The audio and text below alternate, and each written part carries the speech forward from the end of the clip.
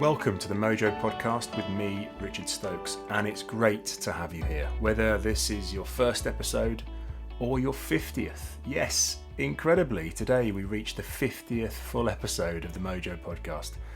Now, this is a place I created for you, a place of insight, of inspiration, and I hope also a lot of interest. We meet here every 2 weeks to hear from fascinating people with a Mojo story to share. So what is a Mojo story, you may ask? Well, we have all probably felt our Mojo is low or lost at various points, and hopefully you've all experienced getting it back.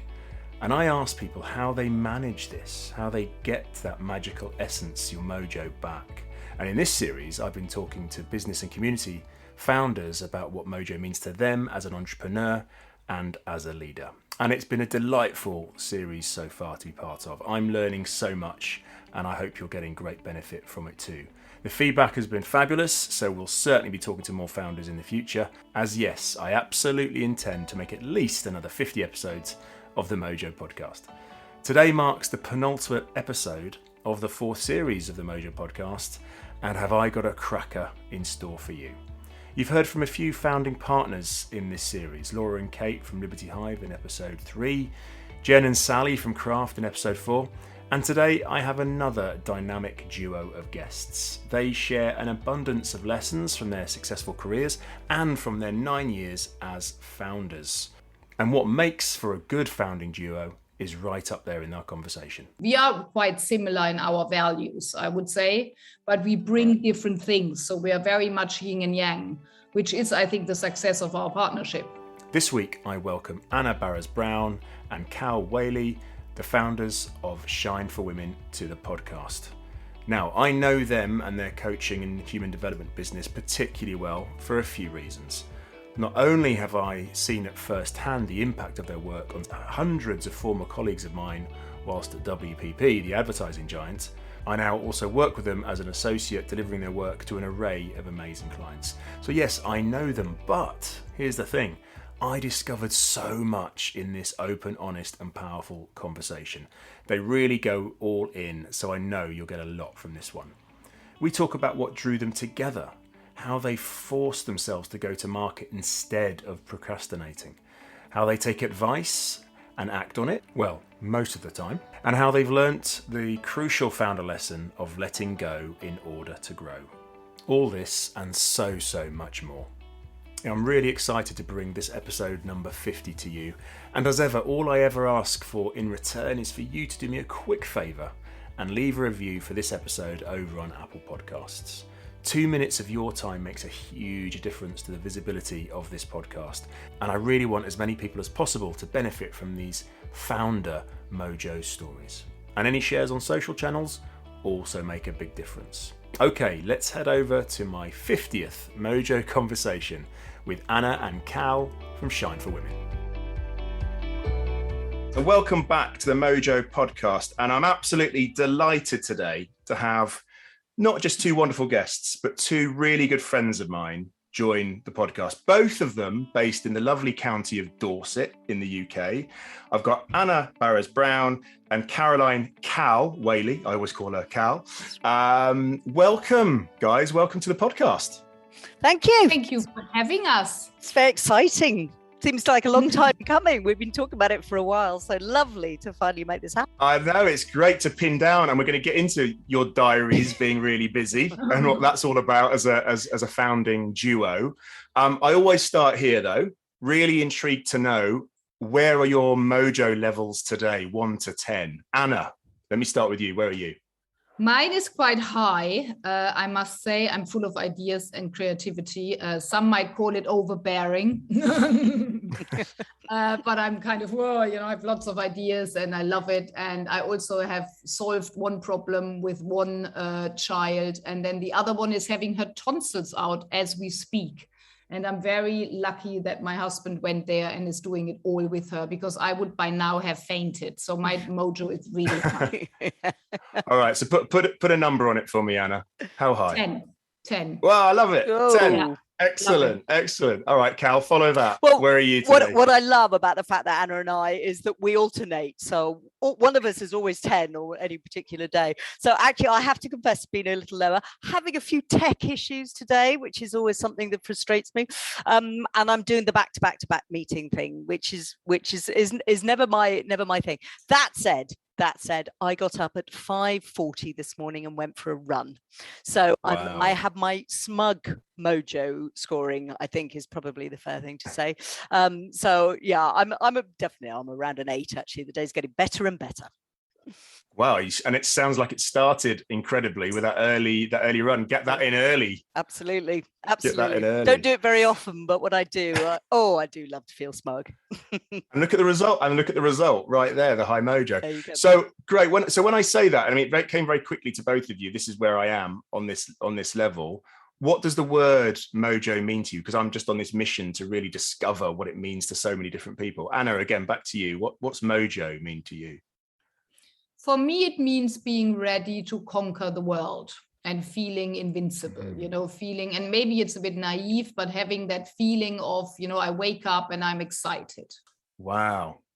Ready to conquer the world. That is an amazing energy, amazing feeling. I love that. And as someone who, and we'll get into this, who's worked with you a lot, I know that. I see it every time we work together. So I get that completely. And Cal, over to you. What's mojo mean to you?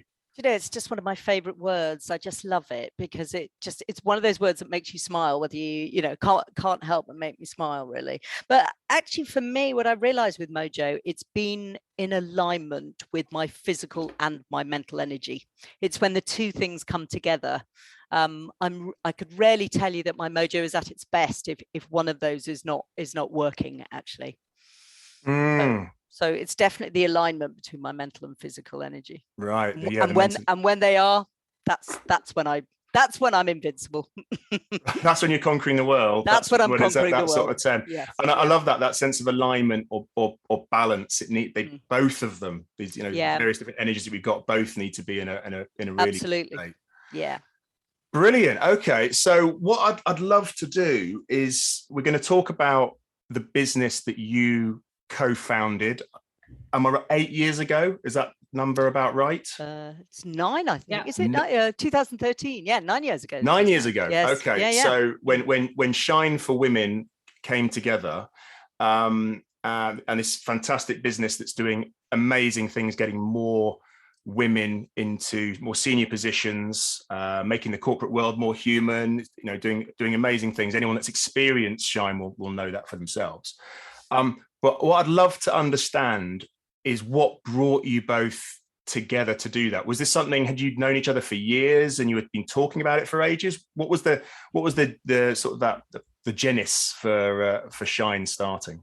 Well, I went to one of my husband's courses, who runs Up in Your Elvis, and I decided that I wanted to create my own business again, because I was working at an associate for a long time when my kids were young. And I had this idea, Shine, making the world more human, the corporate world, working with women. But I absolutely knew I couldn't do it on my own, because I know I'm a good starter, but I'm not a good finisher. And I'm also not good with detail, and I know my strength. And then I asked Chris, I said, what shall I do? Because I definitely don't want to do it on my own. And then he said, why don't you call Cal, who is a very good friend of Chris, also the godmother of our daughter, but always has been more a friend of Chris. And we had been sailing together and stuff, but still it was, his friend. And Cal, you can tell your story yourself, where you were at the time.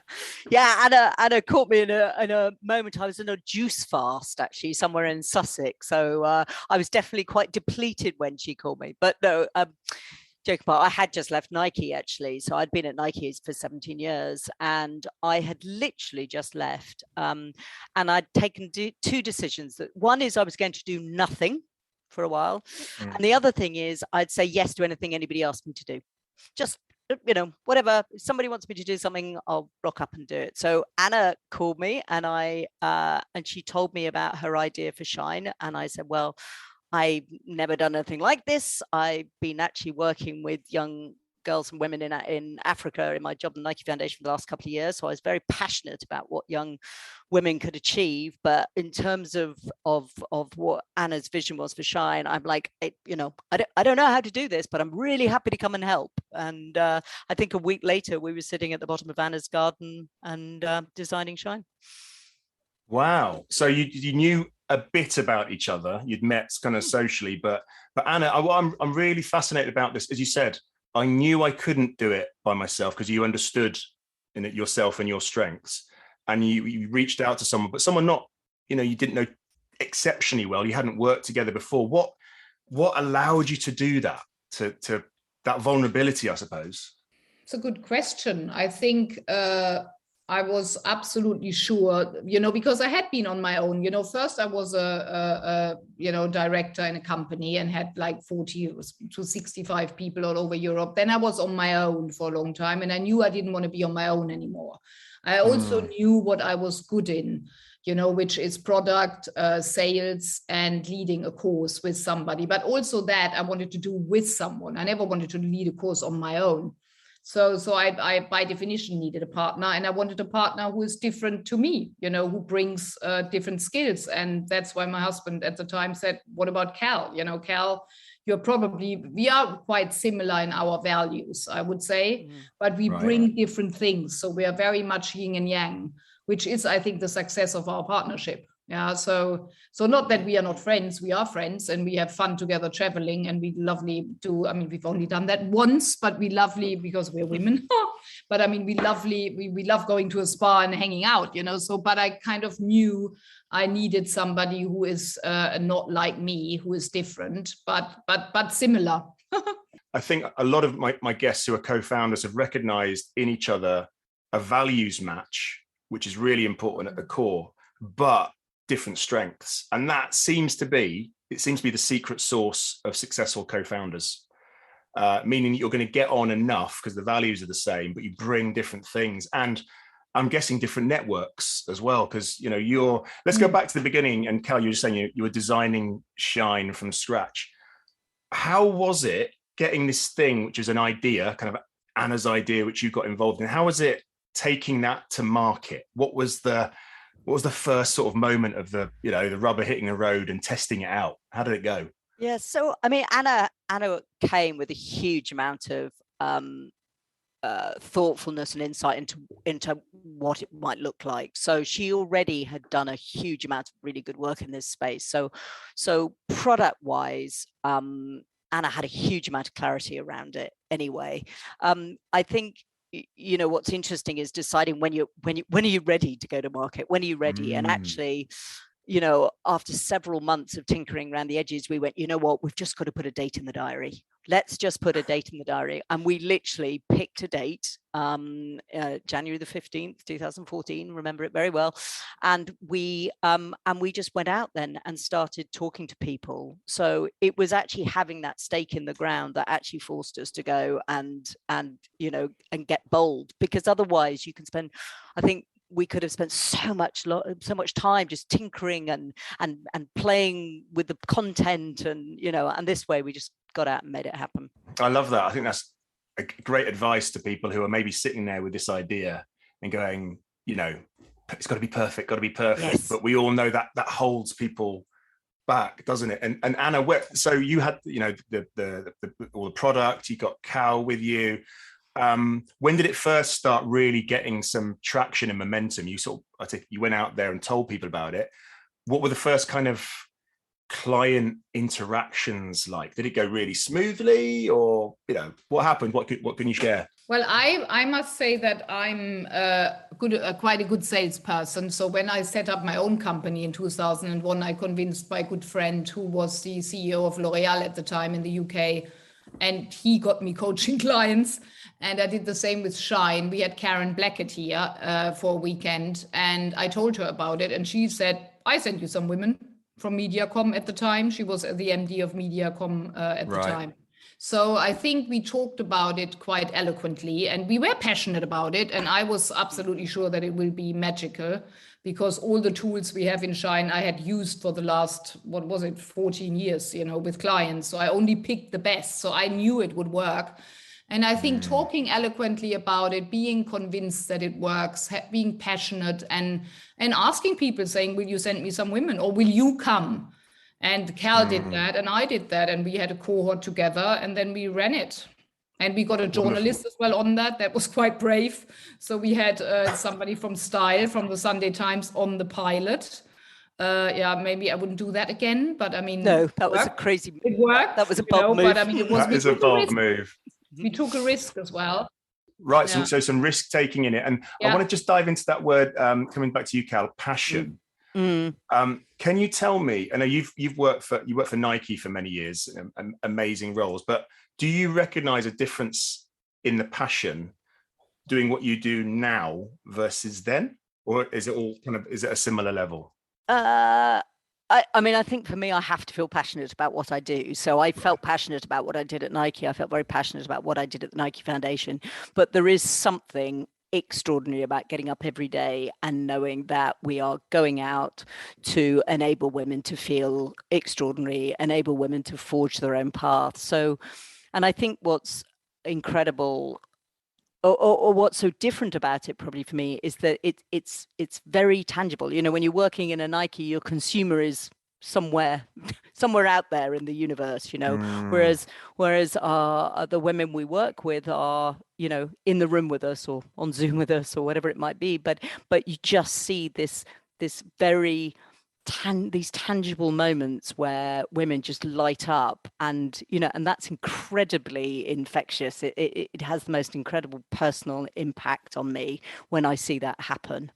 So it's a different form of passion, but it's you know, the reaction that you get and the instant almost gratification is lovely to be around every day. Yeah, I see. Yeah, I feel that. Well, I recognize it as well in terms of, you know, when you're with people and you actually see what's going on, and then I'm guessing you're hearing stories or keeping in touch with people and seeing the progression of that impact. Do people stay in touch with you and kind of let you know what's happened? Yeah, absolutely. I mean, that's one of the fun things. Anna and I were walking down Oxford Street not long ago, and somebody came rushing up and went, "Anna, Cal," you know, and you're like, whoa, who's this? You know, and it's literally when people take the time to, you know, stop you in the street or email you or whatever and tell you what impact you've had on their lives. It's a pretty special and privileged position to be in. So yeah, we're constantly going out to keep in touch with people and find out what's happened. And they get in touch with us. I mean, during COVID, we had a lot of people reaching out to us. Right. So reconnecting, Anna, was it? Yeah. Or looking for advice? Or also saying, because of you, I find that easier than other people and stuff, you know. So we had we had a lot of really close connections over COVID, which was lovely. And today we're going to talk a lot about, you know, the evolution of your business and where you are now. And we've sort of covered that sort of, you know, you coming together. But what I'd also love to talk about is, obviously you're doing the work and you're getting these clients and it's the two of you. At what point did you think or realize, hang on, this is growing, this is working, we're getting that traction, we're going to need some more people? And how was that decision, by the way? Could it have just stayed, you know, the Anna and Cal show forever, or did you have a vision for it's going to be a certain size? I'd love to talk about that. Well, it's a very embarrassing moment in our career where we ran a program for Wonder Man at the time, now Wonder Man Thompson. And at the end of a very successful workshop with Judy Jackson, who is head of culture at WPP, and Mark Reed actually there, because he was the CEO of Wonder Man. One woman got up and said at the end of the workshop, "Don't you think it's time that you hire a project manager?" And we were like, "Oh, you know what? You know, first we were like, why? You know, what's wrong?" And she said, "Well, you're both here now since 3 days, and nobody's answering your phone." You know, and we were like, maybe she has a point. And that's how we hired Alice, and you know, who is lovely and who helped a lot, actually bringing Shine to the next level. So we then hired glorified client manager, PA, everything. I mean, Alice was like everything. And I mean, we were basically asked by our clients, can you please hire a project manager? I love the brutal honesty of that feedback of don't you think you two have been working with us for 3 days, but I've got some feedback for you at the end of it. Yeah. And the irony, of course, is we spend our whole time working with women to have them think about who are their allies, who do they really need to have surround them, who do they need to support them. So we spent our lives doing this, and it was like, maybe we need to do something. A bit of our own medicine. It was a bit of our own medicine, as we still get every day.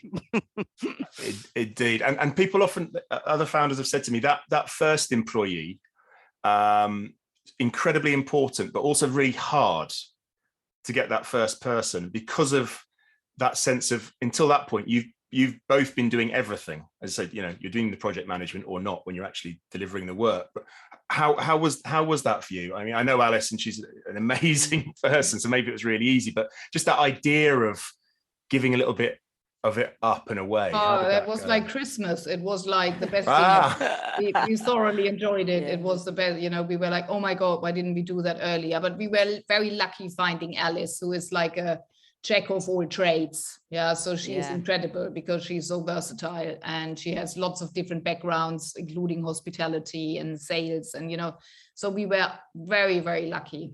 And I found her again through personal connections down here, because she worked in hospitality before. So it was a good friend of mine who said, you need Draper. And I'm like, who is Draper? Alice Draper. And I'm like, okay. And we interviewed her in the garden, and we knew we had struck gold.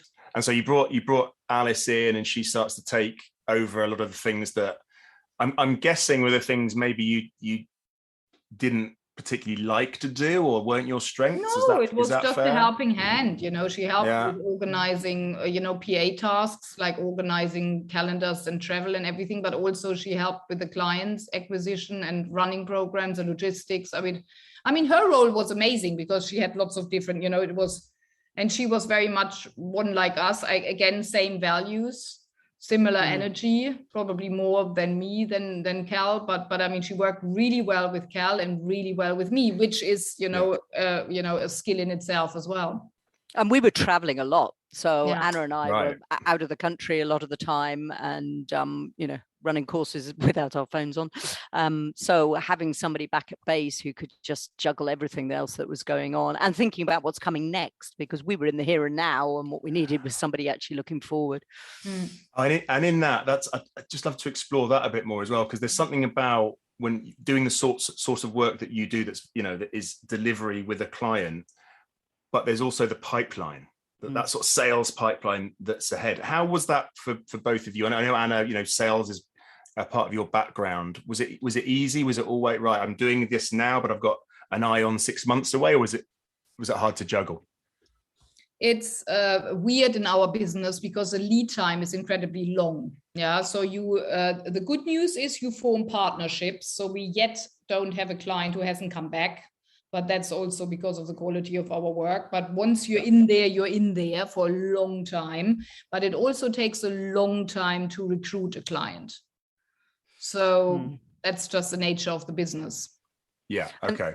And Anna's really good on this. It's one of those things of keeping your foot on the gas all the time. And that was hard when we were doing a lot of delivery and we didn't have anybody else, because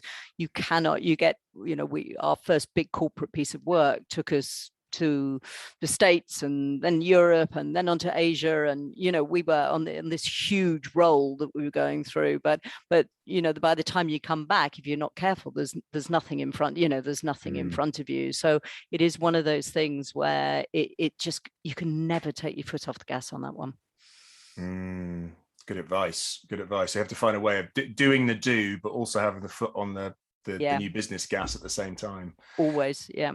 And then from there, you started bringing in, I guess, associates or leaders as they are within Shine. And I know this, as I've said in the intro, I'm one of those leaders. Very proud to be. Certainly are. And how was that, or what precipitated that move to go, right, we actually need more people to do the do?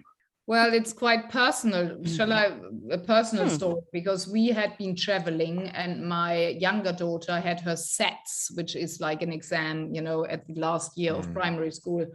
And were we coming back from Australia? I think we came back from Australia and we were supposed to go to New York again. And my daughter sat on my lap and said, "Mommy, I need you here. You cannot go away again. I have my SATs next week. And I just need you." And of course she didn't. In the week, she was absolutely fine because I gave them hot chocolate every morning, and she never talked to me once. But she, and I said, "Oh my God." And I knew as well, I didn't want to go, I mean, I was like, no, I want to be here now, and be a mom. And I just called Cal and said, sorry. And she's her goddaughter as well. So I just said, Luli just said to me, I can't go. And then, we both, funny enough, talked to the same person without knowing of each other. So Cal talked to Mandy, who is one of our best leaders, including you, Richard, of course. So she called her and I called her. And Mandy said, "That's really awkward. I got a call from both of you saying, don't tell the other person that I called you."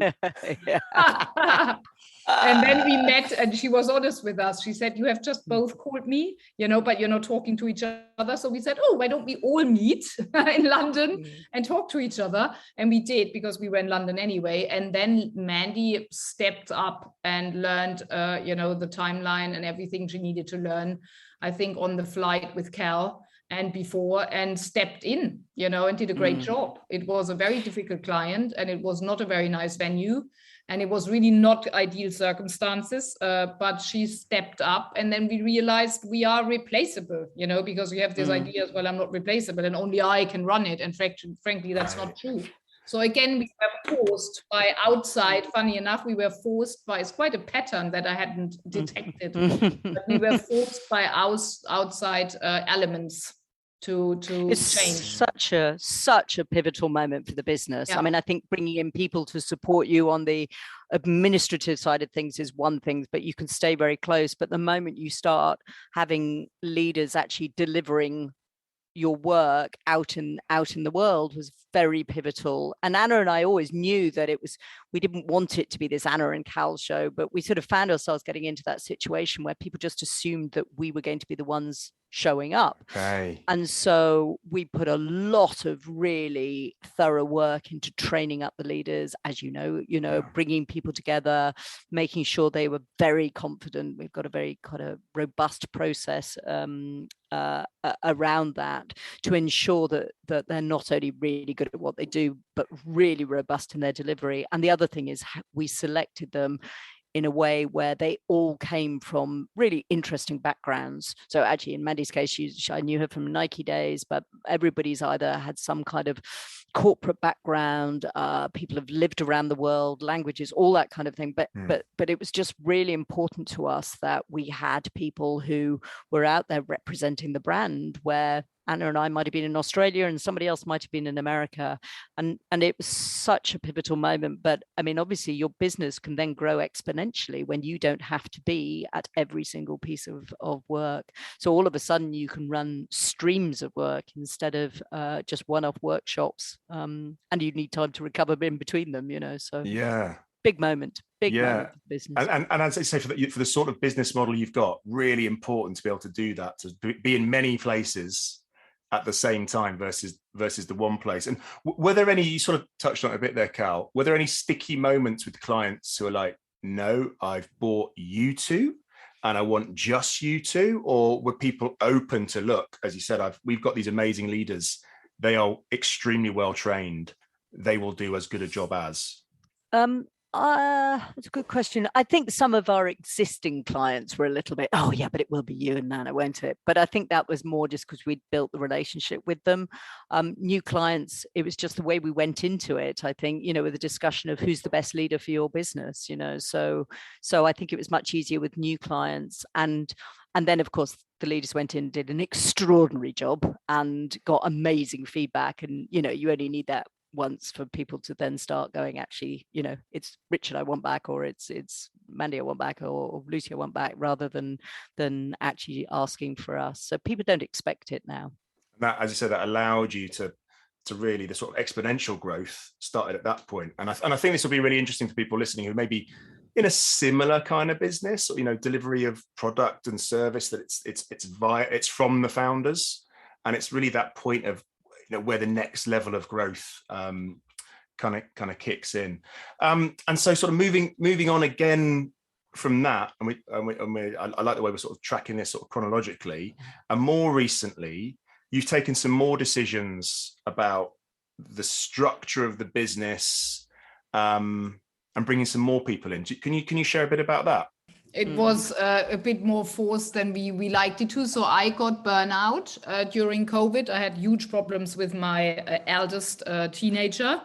And I had to step away for a couple of months. So I think in total, it was, I can't even, probably 5 months. And I realized that I was quite vulnerable, and, I couldn't really guarantee, it's very unlike me, because I always think I can do everything. And then we realized, and Cal was a bit like, I'm now doing a lot of this on my own, but I really don't enjoy it. And if I'm honest, I would like to do less as well. So we just decided it's time to bring, people in who are a bit younger, who are a bit, who are hungry, who know us, and who want to make the corporate world a more human place. And we also had huge plans to expand the business to different target groups. So we are now working with rising stars. We're working with senior and mid-level, with senior women, but we also wanted to work with women like us, who are probably, let's say, 45 to 60. So we had huge plans, and we just knew we couldn't do it on our own. And we wanted to do the things we are really good at. Yeah. So Cal, you talk for yourself, but for me, it's product, which I love. It's delivery, it's clients mainly. Yeah, that's what I love. So we just brought in, we said we need an MD to run the business. We need somebody to help us, with marketing more. I mean, we already had a head of brand, but, so it was natural. We had built a digital platform as well. We needed somebody with that skill, which was definitely not ours. So it was natural. It was conscious. And I think it was the right decision. So this time, rather than kind of when you brought Mandy in, it was like that forced, oh my God, this is a moment of need, sort of necessity being the mother of invention. This was more of a, well, as you say, Anna, and thank you for sharing that about where you were post burnout, and just look, we need some more people in the business to really help this grow. But it sounds like you had a little bit more space and time to work out who you wanted in what positions. Is that? Well, we had COVID. Right? Our old friend COVID, the creator of time and space. Yes. Yeah, I think when we brought the leaders in, although it was sort of forced in one sense, it was also time. So it was a fortuitous moment when we got pushed into it. Whereas I think probably this time round, with bringing Steph in as MD and starting to think about a leadership team, it was a little bit forced in the sense that, Anna definitely needed her space to be able to deal with what was going on in her personal life. But I also I don't think being as productive as I could, because I just sort of felt like I was trying to do everything and not do it terribly well. And so I think we also needed a big injection of energy into the business. And so to bring in an MD was also the time where our wonderful Tamzin, who you know well, our brand director, was coming back from working 2-day week, having had a second child. So she was back full time. And then we brought in our third member of the leadership team, Lara, to deal with partnerships and coaching. And that, has created this lovely, stable, energetic level within the organization that allows Anna to think a bit more about future vision, for sure, to do the things that we like to do, but to be able to step back a bit and actually do some of the thinking rather than running the day-to-day of the business. And they're doing a cracking job. Really love it. Makes such a difference.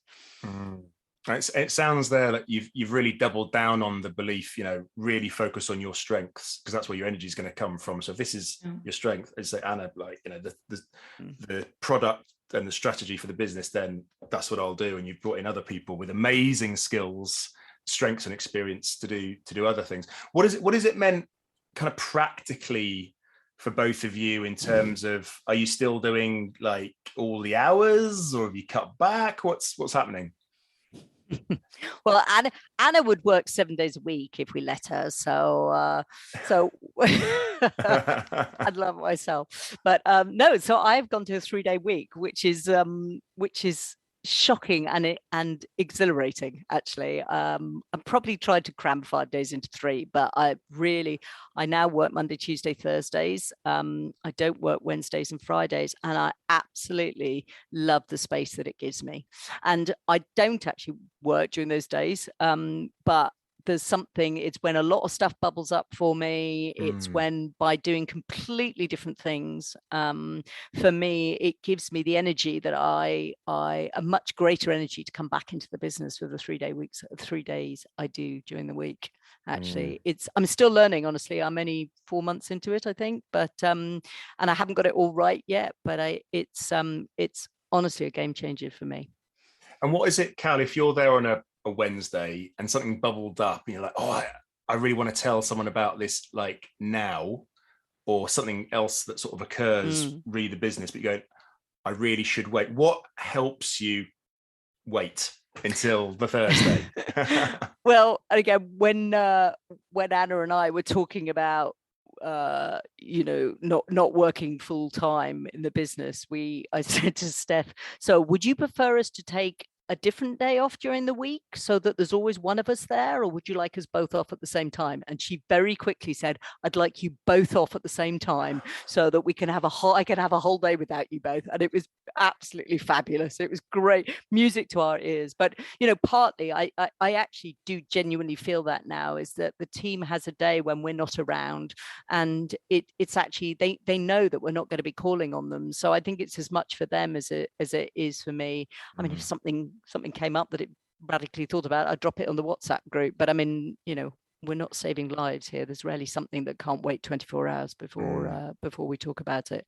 But I think giving the team space is a really healthy thing for them, and something that they appreciate. Though you'd probably have to ask them now. Maybe they want us to work less, actually. Well, let's see how it evolves over time, I suppose. And Anna, for you, we sort of started talking about your mojo, and here it is at the 10. Has this easing back, or more focused, right? It's these 3 days a week rather than spreading myself over 5. Has that helped your mojo? Well, what helps me is that I have 3 days with lots of meetings, because that's when all the meetings are. And then I have secretly a day for myself where I actually get some work done, where I can design things, where I can read things. So I absolutely love it. But I also love that I don't have to do it. You know what I mean? So I have this freedom. So I do work a lot, sometimes on a weekend or on a Wednesday or on a Friday, because I think I can if I want to. But this freedom of not having to do it, and having the space in my diary, where I don't have meetings, and I can go to my whatever hypnotist, or I can have a massage, or do things I need to do or want to do. That is really positive. And I have to say, our whole company is on 4.5 days, because we believe in that. We don't think anybody should work on a Friday afternoon, and that hasn't changed anything. So it helps me tremendously. But as Cal says, I find it really difficult to restrain myself to it, to say not sending an email on a Wednesday. I think I've probably never done, because, I just forget about it. But I think it's really positive. The freedom, if you take it or not, but at least you've got it. And because there's nothing actually, especially for founders, it's a little bit like a mom, you always feel guilty because you never have done it all, and you never have done enough. And just not to have that constantly hanging over your shoulder, and to know, actually, I'm doing something and I'm not supposed to. I find that quite helpful. It sounds like that. That freedom of expectation is what I'm hearing from you. Is like, I'm not expected by the team or clients maybe to be doing something on Wednesday, but it's up to me, my choice.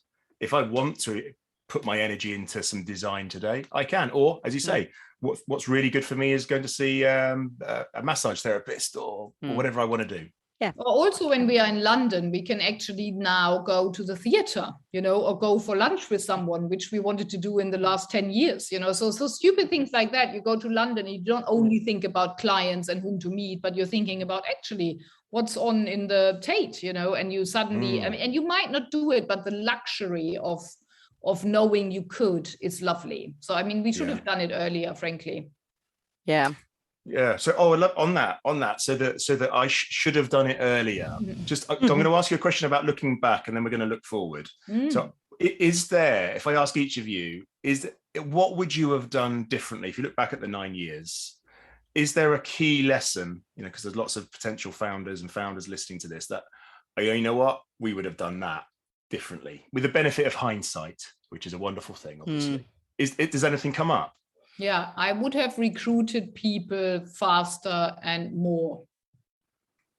Yeah, right, so got that support I think team we should in. have expanded, faster.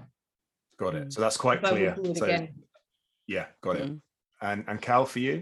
It's funny, I'm not a big one for regrets, because I think we've learned loads of lessons over time. So I couldn't tell you if we had our time all over again, would I do anything different? I agree with Anna. We probably brought people in earlier, but I don't feel like there was any sort of massive change I would have made.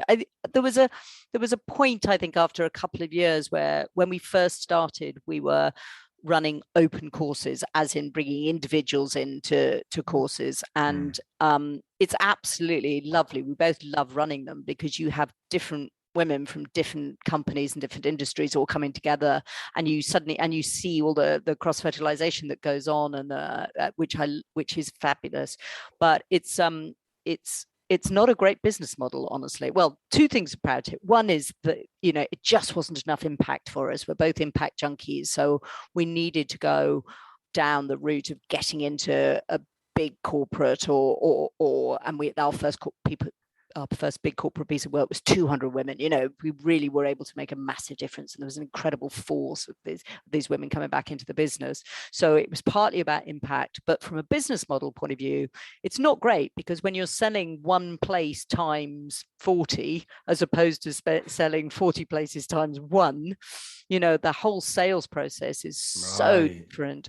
And so, although it's a long process, we're selling a much higher it's up to the business to find those 40 women, not for us to go and find them individually. So I think I would have got into, and actually Anna's husband told us to do that, probably on day one, and we ignored him. So maybe listening to the advice.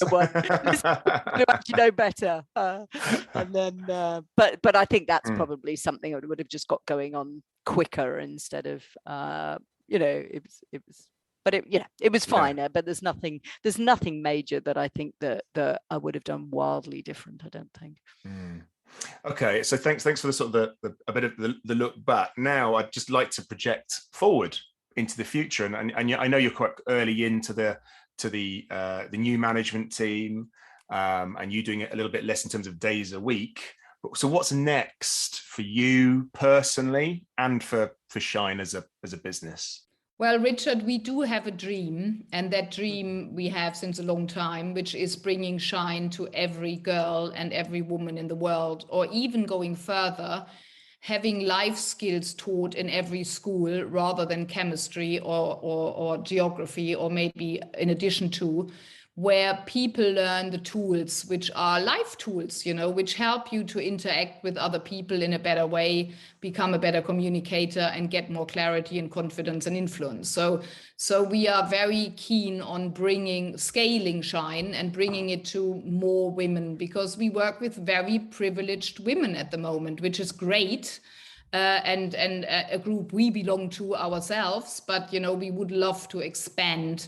And it is easily doable. It's not difficult. We just didn't have the headspace to do it, and that's something that is very close to our hearts since a long time. Right. Okay. So dream, big ambition, and I know you use the language like a bigger game. So this sounds like your a bigger game. Bigger game. It is our bigger game. Yeah. I mean, how are you going to do that, and what help and support do you need? Because there's lots of people listening today who maybe want to get involved. Cal, what's the plan? Yeah, it's we're probably at dream rather than strategy level at the moment, but honestly, I think there's a couple of things really. First of all, to say is that, you know, as this leadership team really starts to bed in, it's a fantastic opportunity for Anna and I to really start thinking about our legacy beyond the corporate world. So this is where Anna and I get excited about thinking about what this might look like. I cannot tell you. I mean, even these privileged women that Anna talks about, it's still utterly gobsmacks me that less than 5% of these women we work with have ever done work around their personal values. It is so fundamental to understanding your future, what makes you tick, you know, the decisions you make in your life, all of that. And so, you know, if we only did that for every child in school, you know, we would fundamentally set them off on a journey, a life's journey that would be game changing. So I think, you know, we will start to go down this route. And obviously my background at the Nike Foundation means that we've got a lot of contacts in that world. In terms of, you know, how do we expand beyond the corporate world? I have a sort of slight, funny enough, something that holds me back around doing this is that there are so many charities and organizations and NGOs that are working in the field of girls and women, that what we really keen not to do is just to become another charity doing another little piece of work over here. So our approach to this is to really think of this as partnership. So what we bring is this deep skill of understanding what it takes to empower young women or empower women, and that's what we bring. So what we've got to think about is how do we scale that with a partner who has access but doesn't necessarily have this kind of content that we have and this kind of skill set that we have. So our approach to this is very much from a partnership point of view. So if anybody listening to this has got ideas for us, we are really open to that, because I think that is the next leg on this journey for us. Wonderful. Well, you heard it here. Anyone who's in this space, who knows the sort of partner, works with that partner, get in touch with me and I'll connect you with Anna and Cal, and we'll... Thank you. Who knew you'd be a connector? Well, I'll try. I'll try. Wonderful. So last sort of question really, and sort of goes back a bit to where we were at the beginning in terms of your mojo and how to keep it high. I'd love to get a sense of the things that you both need to do almost on a daily basis. I'm talking about habits here really, that if I do these things, I get these things done, I know, in the morning or at some point during the day, I've got a better chance of a high mojo day. Anna, do you have some things like that? What I do every day is a ritual that comes from the shamanic world, where I ground myself and I look at whatever is in front of me as a challenge from 4 different perspectives. And that really helps me. And when I do that in the morning while I walk my dogs, then I have a better day. Wow, got it. It might not surprise you that you're the first person to talk about shamanic rituals on the podcast, but I think we could probably do a whole one on that. Yeah, wow, amazing. Yeah. Okay, fabulous. So that's your routine or ritual. Cal, how about you? What do you need to do? Nothing so exciting. Exercise always for me. It's I'm a morning exercise person. I show up so differently when I do something in the morning. So you know, I run a couple of times a week. I spin. I walk the dog. I do some strength and conditioning. It doesn't matter, as long as I do something every day. I am a better human for it.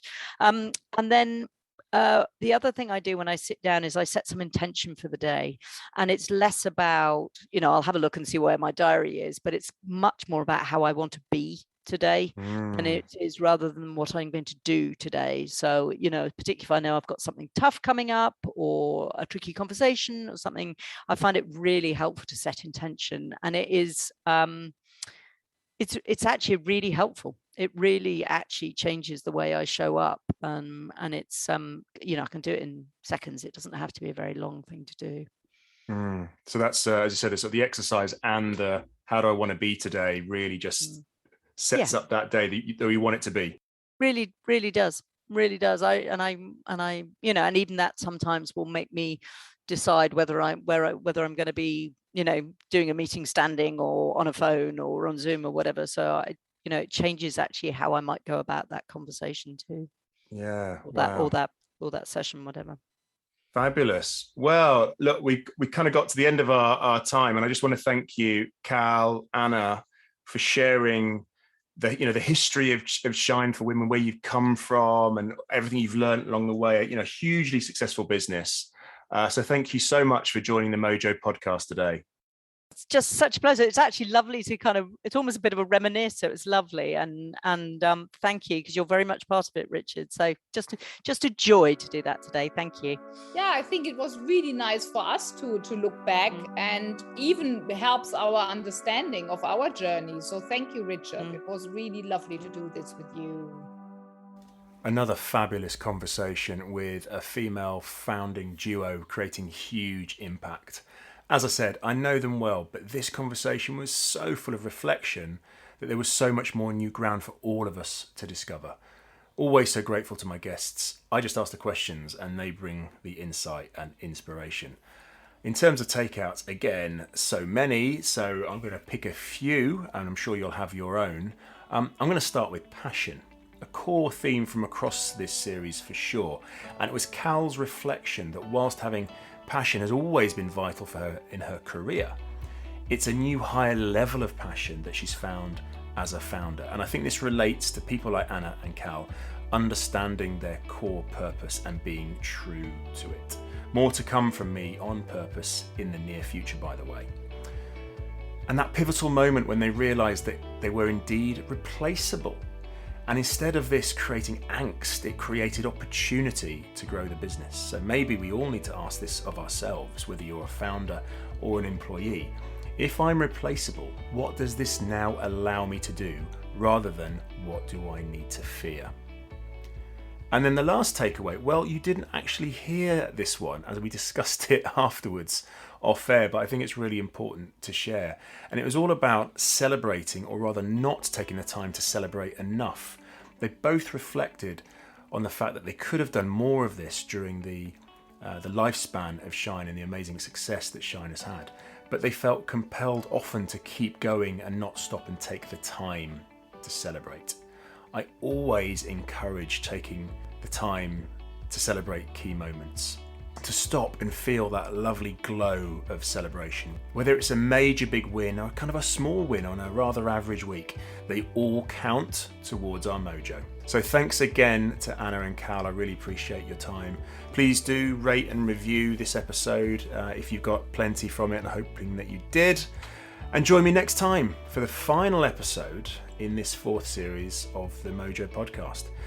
And it's going to be a fun one, and I'm looking forward to it, because partly the reason why I began this podcast was after a conversation with my guest next week. Okay, until next time, I hope your mojo continues to flow.